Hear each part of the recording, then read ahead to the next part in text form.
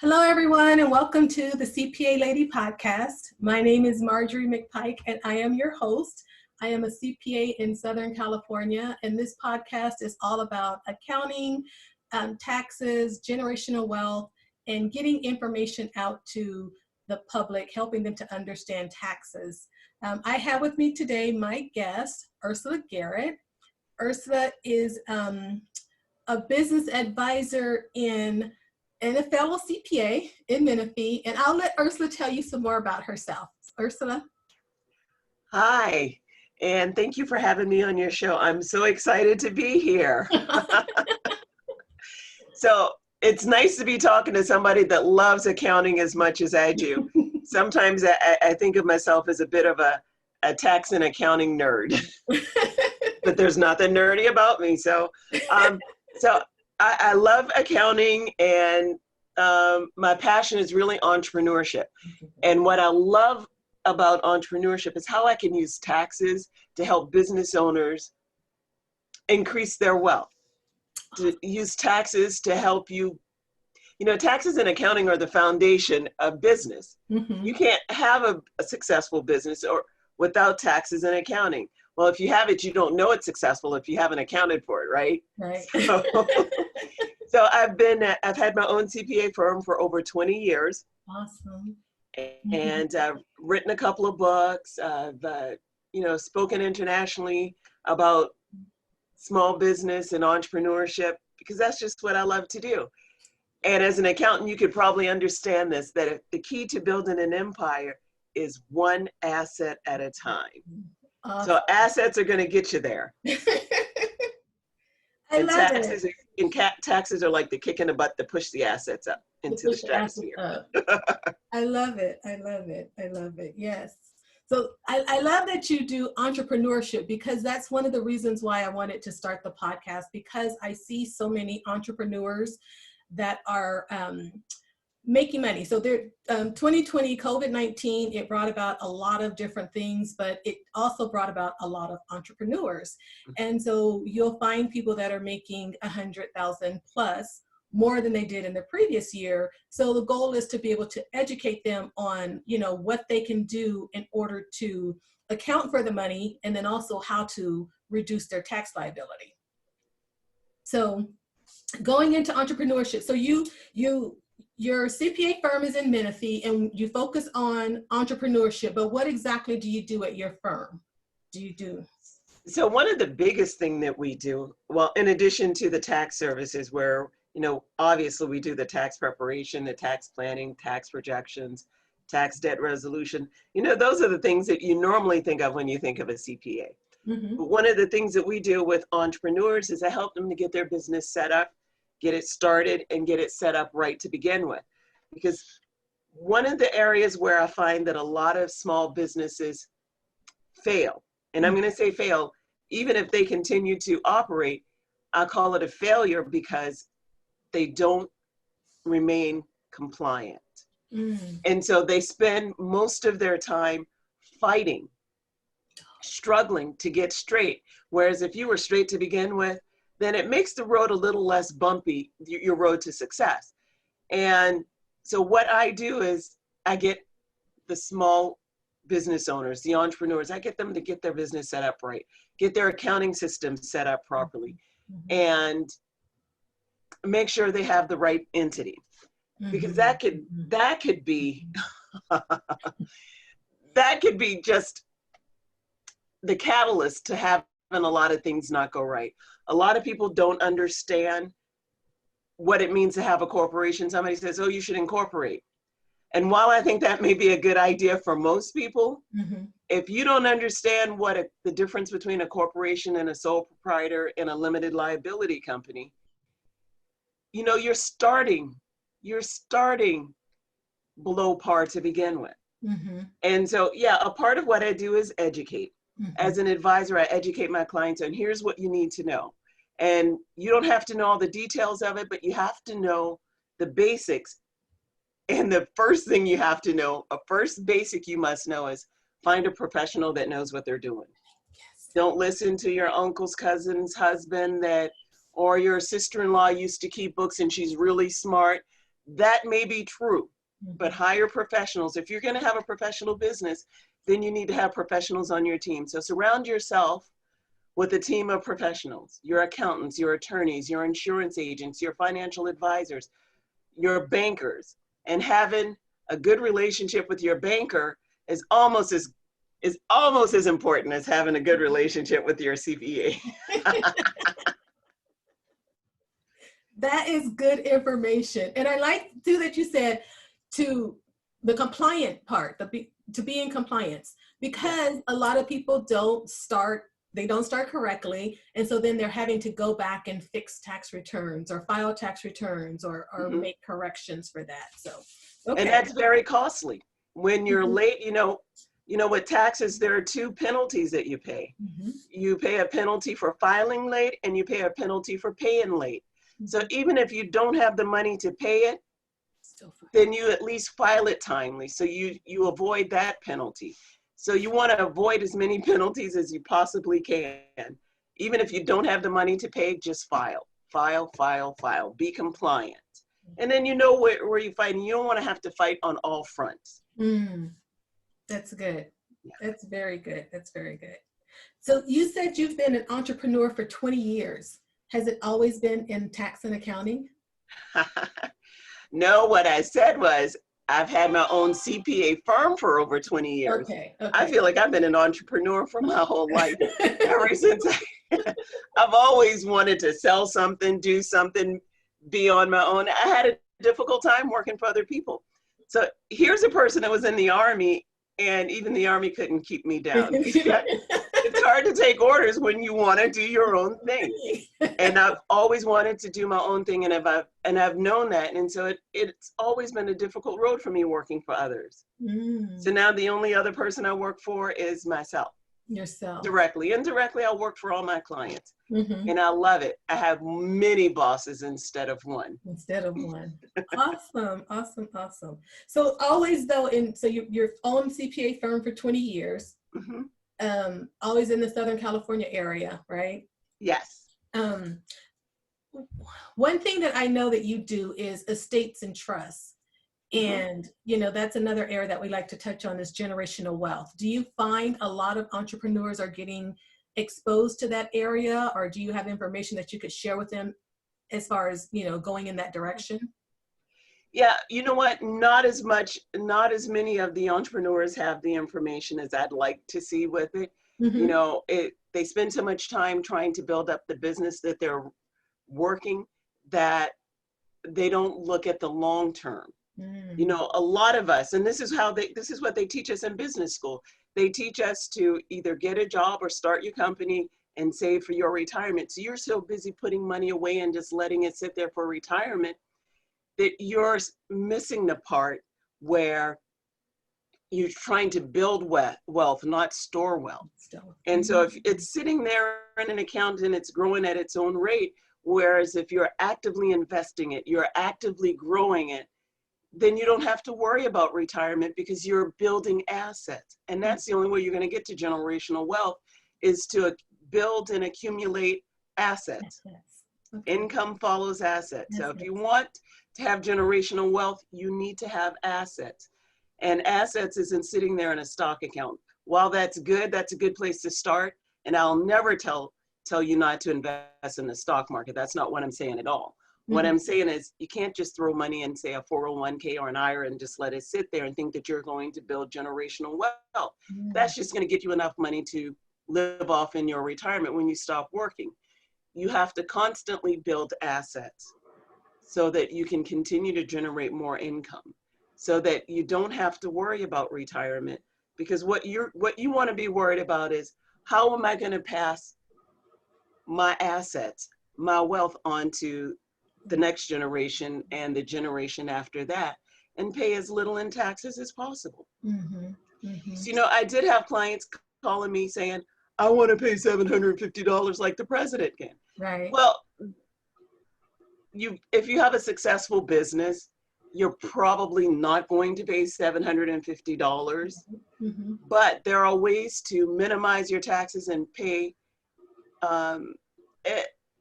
you can minimize your taxes and pay as little as you absolutely have to based on how you invest and how you earn your money. And that's where having corporations come into play, and where you have some flexibility on how you take your money, how you build your assets. Corporations are a good thing. Now, I've been seeing a lot of new entrepreneurs coming in, and they're all wanting to have an LLC. And LLCs are good for some things. And I don't know what happened where the LLC became the golden entity to have. But for most of the people that come in and talk to me that want an LLC, they end up having their LLC be treated as a disregarded entity, and they elect to be treated as an S Corp. And that's one way of doing it. Once you already have the entity, it's done. And an S Corp might have been a better option, but there you go. You get to be an S Corp in a different way. What I say is, if you want to be an S Corp, become an S Corp. But if you're already an LLC, you already have status in that. You've already started to build credit. You've already started to build the brand with that LLC. You're just going to have to elect to be taxed as an S Corp. And that's where I educate more on why it's important to have corporations and what benefits can you have by forming a corporation. Why is it beneficial? Why would I want to do that? Right. That's not my money anymore. Well, according to Supreme Court, corporations are people too. We know they're not, but they have some of the same benefits and advantages as a person, a different entity. And there are so many things you could do with corporations to build your wealth, to give you flexibility. I would recommend corporations to almost anybody. So you would recommend, just if someone wants to form an entity, of course, sitting down and looking at the reasons for the type of entity, because I know there are certain types of businesses that are better as an LLC, but instead of becoming an LLC and just electing to be treated as a corporation, just incorporate. Right. If you want to be a corporation, be a corporation. LLCs are great for some things. And if you're dealing in real estate, I usually recommend LLCs when you're dealing with real property and some other kinds of businesses. So it kind of depends on what kind of business you're in as to which one I would recommend. Again, also what state you're in, what kind of income you expect. Like here in California, right? We have a really high corporate tax rate, right? Relatively speaking to other states. Let's say you have a corporation in a state where there's either no corporate taxes or there's a lower corporate tax. Well, if you live in California and you have a corporation in another state that's actually operating in that other state, not just formed, like let's say manufacturing, for instance, in a state like, let's say South Carolina, that has a low corporate tax rate. Well, you would probably want to keep that as a C Corp and pay South Carolina state taxes, corporate taxes on that corporation. Because, the federal tax rate is 20%, 21% actually, max, 21%. And then you have a low state tax rate. If you were an S Corp and it came to you in California, well, we max out at the highest tax rate at 9.3% at around what, $45,000, $50,000, something like that. You're in the highest tax bracket, pretty low. So if all the profits from that corporation are then flowing through to you, you're going to pay a much higher tax rate living here in California than you would if you allowed the corporation to pay the taxes. And then your personal tax rate, let's say you're at the 28% or the 32% or whatever, you would be paying much higher taxes here in California than you would if you allowed that corporation to operate as a C Corp in a lower tax state. That makes sense? That makes sense. It does. It does. Because you don't have the S Corp election, which is going to affect, the California having to file an S Corp return as well. That makes sense. Yeah. Right. And see, that's why it's important, because people always say, you know, I'm going to elect to be an S Corp, or I'm just going to be an LLC, because all of those intricacies, you know, you have to look at. And that's what I explain to people as well, is that every person's tax situation is not the same. They're all unique. So you have to look at your tax situation, and also, you know, like you said, the income and other things that affect the type of entity that you should form. It is. And, you know, a lot of times we have to run scenarios. So Yeah. in that situation I told you, so a C Corp might have been better, but with the current tax laws, you can exclude, what is it, the first 20% of your income Oh, the QBI. from taxes, depending on what kind of business it is. Mm-hmm. So depending on what the profits are and what you expect the profits to be, in a situation like that, an S Corp might be better. Right. If taking off that first 20% is going to reduce your income enough to where paying that flat 21% isn't going to make a difference. So you have to run scenarios and figure out where you expect the income to be, and to see what's going to be better for me. There is no one size fit all, and I can tell you, yeah, you need to be an S Corp, but I don't. Right. However, for most entrepreneurs, I do recommend some kind of corporation, whether it's an S Corp or a C Corp. And for most real property ventures, I usually recommend something like an LLC. So. Okay. I like it. I like it. So, what other projects do you have going on besides the tax? So besides taxes, I've been doing some entrepreneurial training. So that's it. Yes. One of the things that I'm working on is helping small business owners, entrepreneurs figure out how to get funding to start your business. So you'll probably start to see some of that floating around for me, how to fund any business. And right now, interest rates are super low. And, you know, there's probably going to be some kind of market correction in the real estate market. And you want to be ready to take advantage of those investment opportunities. Right. So get your capital ready, you know, refinance your home with these record low interest rates. Right. Use some of that equity to invest, to build your assets, to accumulate assets and build your wealth. And build your Generational wealth. That's the only way it's going to happen. You know, look around your community. Look to see what opportunities are there. Unfortunately, a lot of businesses have gone out, and they're gone permanently because of the pandemic. Businesses have shut down. Well, those are just opportunities. It's, you know, it's sad for the people that lost out on their business, but it's an opportunity for entrepreneurs that are looking to start something. Right. What does your community need? You know, we're shifting from the malls, the shopping centers and brick and mortar places for retail. But all those buildings exist. Something is going to have to happen with those. So what's going to become of those? You know, one of the things I think is going to happen is we're going to see more residential assisted living facilities.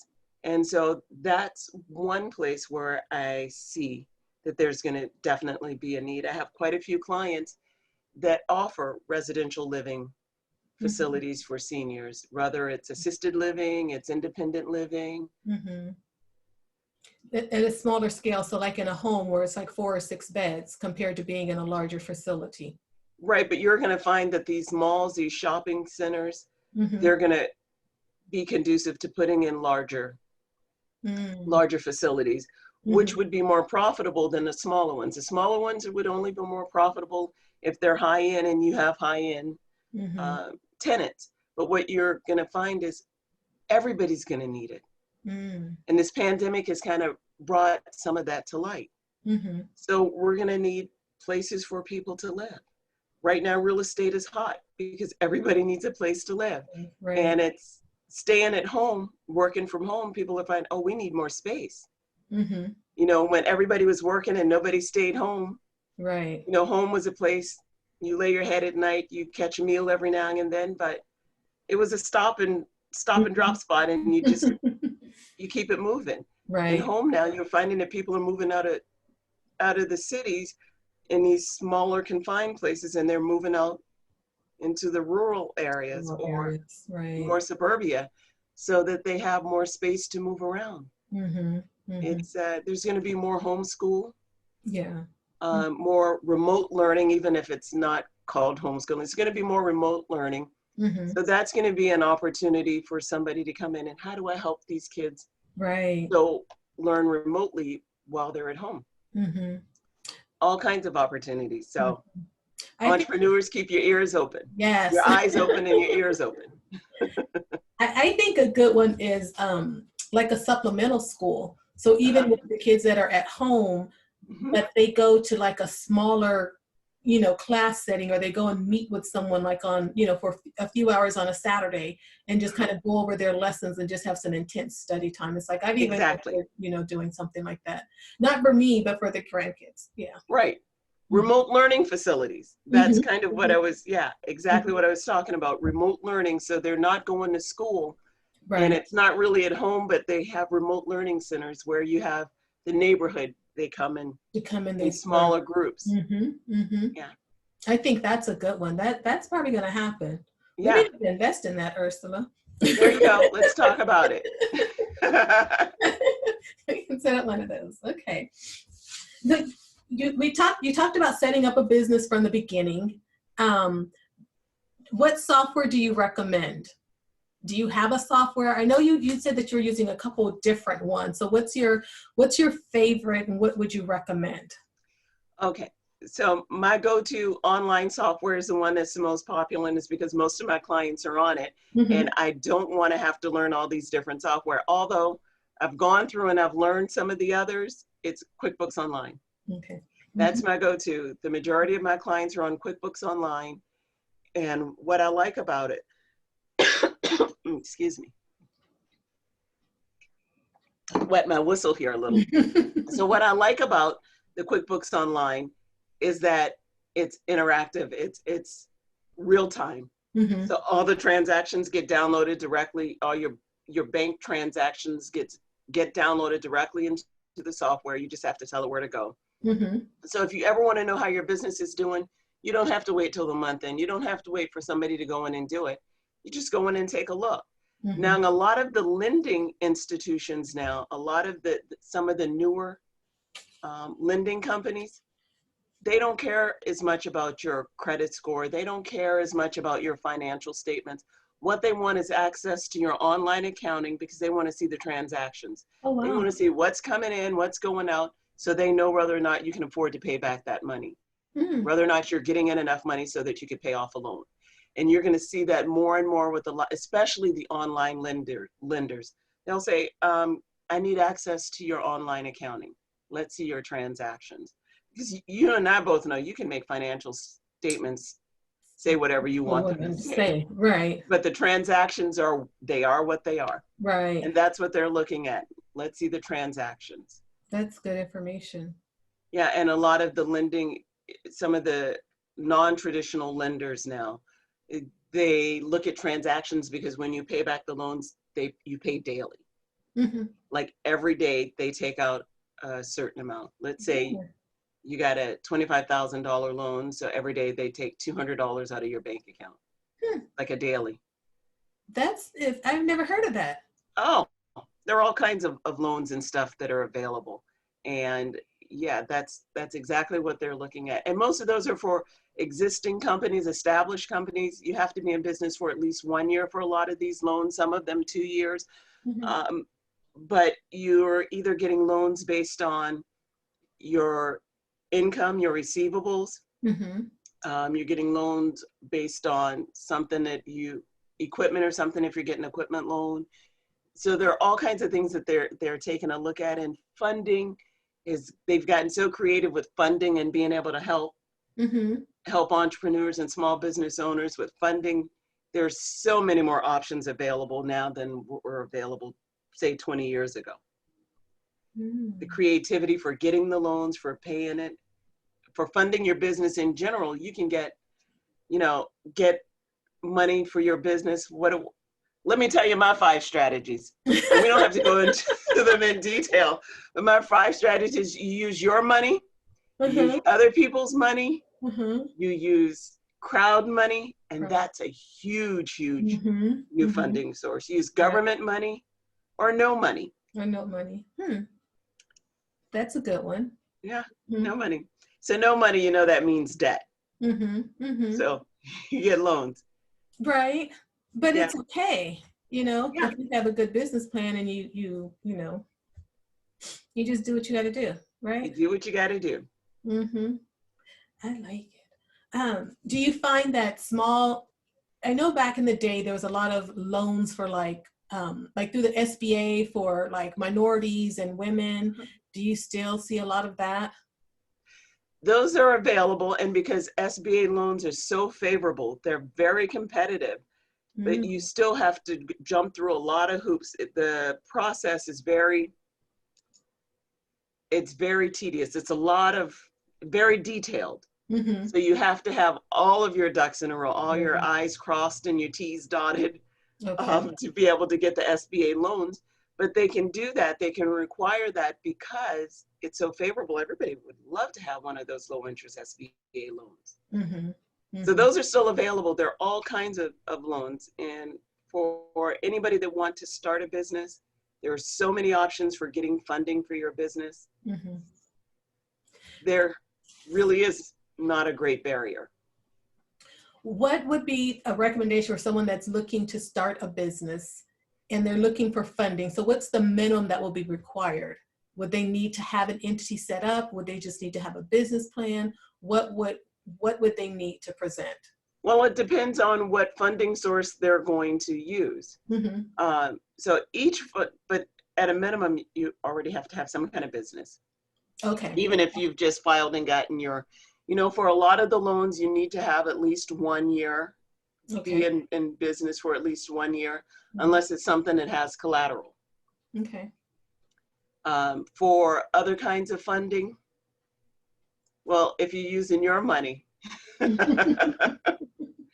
or you're getting money from family and friends, but you're always going to have a plan, regardless of where the money's coming from. Even if it's your money, Mm-hmm. the first step to asking for money is to have a plan. Have a plan. So how are you going to make money? Mm-hmm. Ideas are good, Right. but ideas are a dime a dozen. Mm-hmm. You must have a plan, and a proven plan that shows that if you follow your plan, you can actually make money, and you can find money. Mm-hmm.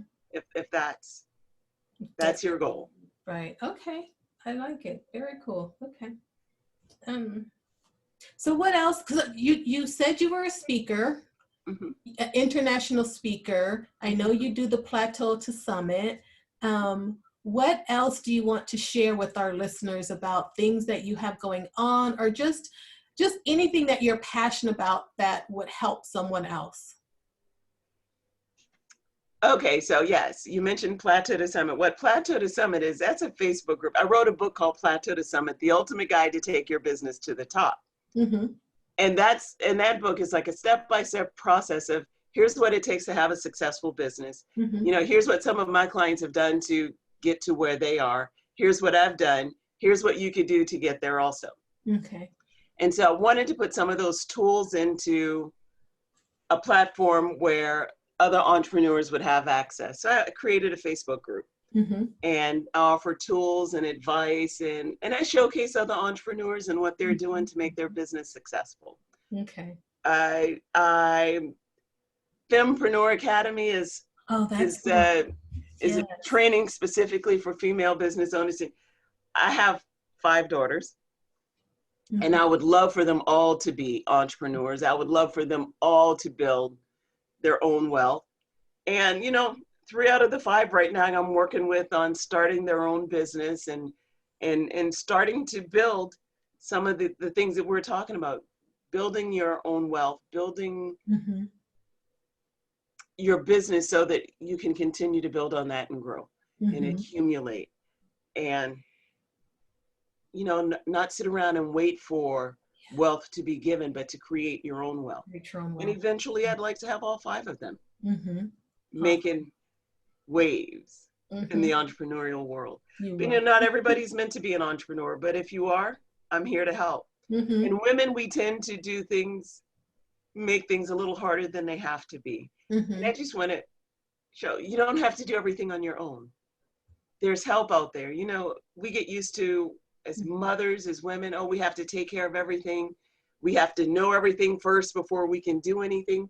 And we have to be better than everybody else. That's true. It's okay to not know everything when you start. It's okay to ask for help. It's okay to allow somebody else to do things.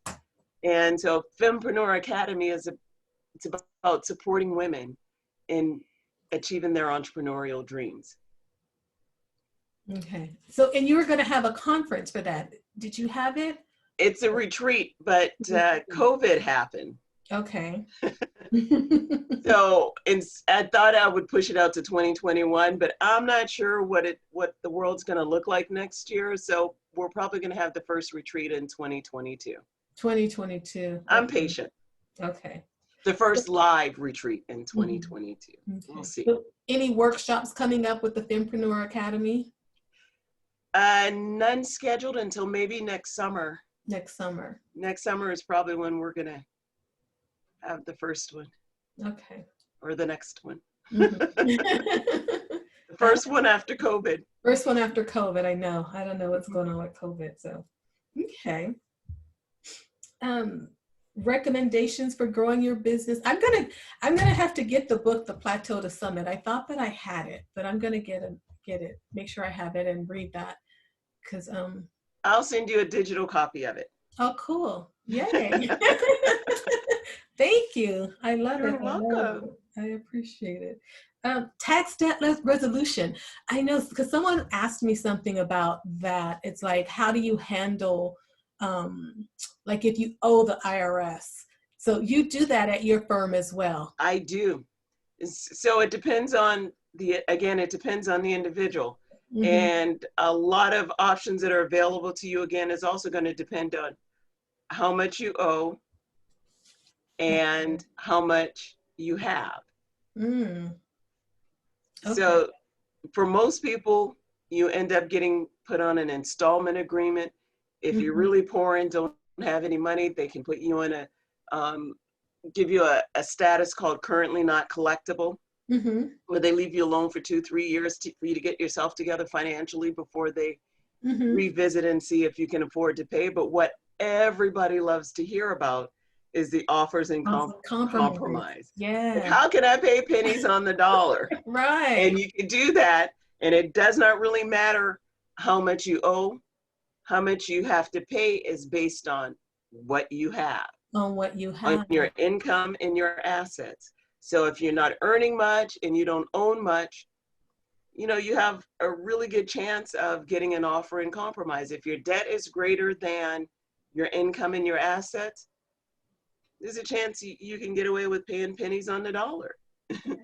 I had a client that I helped him and his wife to, I think they owed like around $135,000, and they ended up paying around $25,000 to get out of it.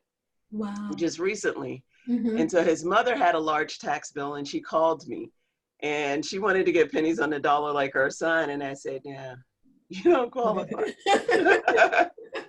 You have equity in your home, you have retirement income, a retirement account. So they you just don't have the cash available to pay the taxes that you want, but you own 2 homes. So your equity is tied up, and your tax bill is less than your asset. So, you know, you're not a good candidate for the offer and compromise. But see, that's what happens when people hear about somebody paying pennies on the dollar.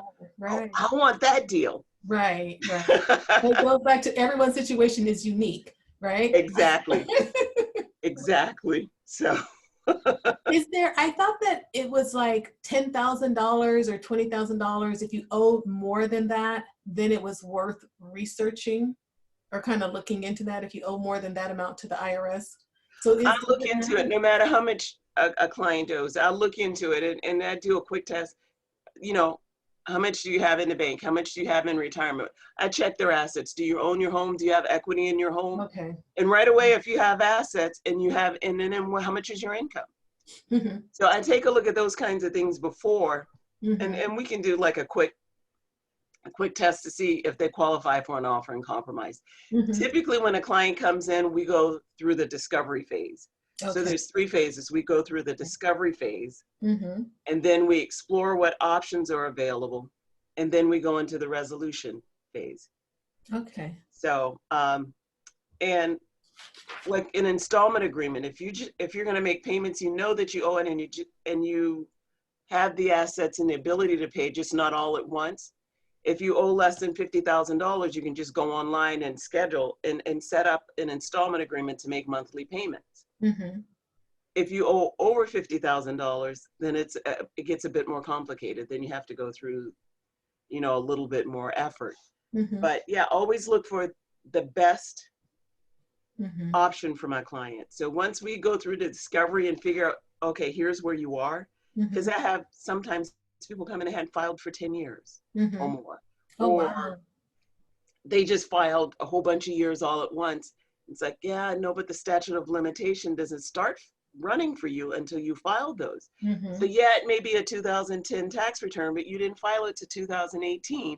Right. It's not going to drop off to Right. 2028. So you can't hope for that. So we Right. look at all the options. We look to see if a tax debt has fallen off or will fall off due to statute of limitations.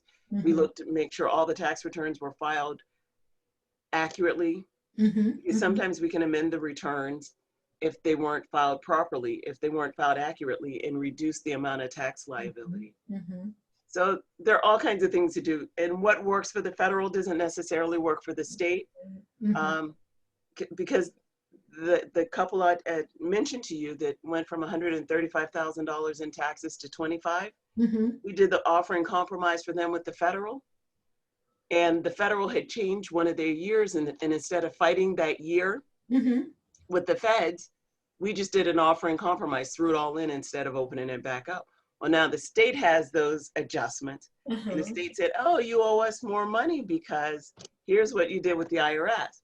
So when you look at solutions, you have to look at, but we knew that was coming. We were just waiting to get settled with the IRS. Right. So now we can go and make those amendments with the state. Okay. And fight. So it's a complicated process, and it's good to have professionals on your side that know what they're doing. Right. Right. How long does it usually take for an offer and compromise? Is it like a year-long process or? Oh, it could take a year. Oh, wow. For most OICs, it's 6 months to a year to get it all settled. And this year, because of COVID, Mm-hmm. and the IRS was shut down effectively for what, 2.5 months. Right. Not much was going on. Some people were working from home. Not a whole lot was going on. Mm-hmm. And they've been short-staffed for a few years. So it's not uncommon for an offering compromise to take over a year. Wow. Not unheard of. Mm-hmm. But most of them, you could typically get it done in about a year, give or take. Okay. Okay. So offers and compromises, it's a good resolution to have, but I guess it's better to be proactive, right? Yes. So. Never ignore letters from the IRS or the state. If a government entity is sending you, a regulatory agency, if they're sending you letters, Mm-hmm. respond. Respond, yes. You can't ignore it. And if they're sending you certified letters, really respond right away. Don't wait. Yeah, don't wait. Don't wait. And all letters aren't bad because the IRS does make mistakes. So it's just a matter of finding out what it is that they need. It could be something simple. Mm-hmm. Right? So just don't ignore the letters. Yeah, don't ignore the letters. Awesome, awesome. Okay. So do you have any closing remarks for our guests? I just want to pull more out of you on entrepreneurship.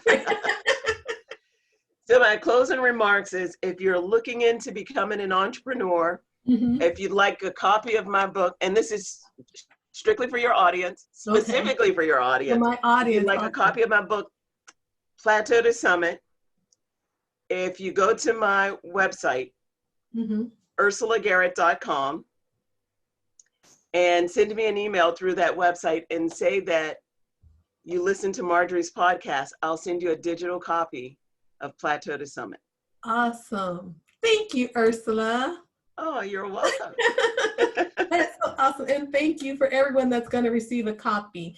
Ursula is amazing. She is so awesome. I appreciate you again for joining me and for sharing your knowledge. I know there's so much more. As I said, I could just keep pulling and pulling and pulling and just getting so much more out of, from our conversation. But thank you again Oh, you're for joining welcome. me. And so we can find you, or people can find you at ursulagarrett.com, right? UrsulaGarrett.com. On Instagram, CPA Garrett. CPA Garrett, okay. On Twitter, CPA Garrett. Awesome. On Okay. LinkedIn, Ursula Garrett. Ursula Garrett, awesome. And so you can find me anywhere. UrsulaGarrett.com, CPAGarrett.com, UrsulaIsAmazing.com. Amazing.com. I Yeah. got it all locked up. You want to find me, I'm there. She's there. Just look for her, Ursula Garrett. Awesome, awesome. Thank you again, Ursula. Thank you guys for listening. Please, like I said, follow Ursula. Follow me on Instagram at MLMCPA. If you have any questions, feel free to reach out. Thank you.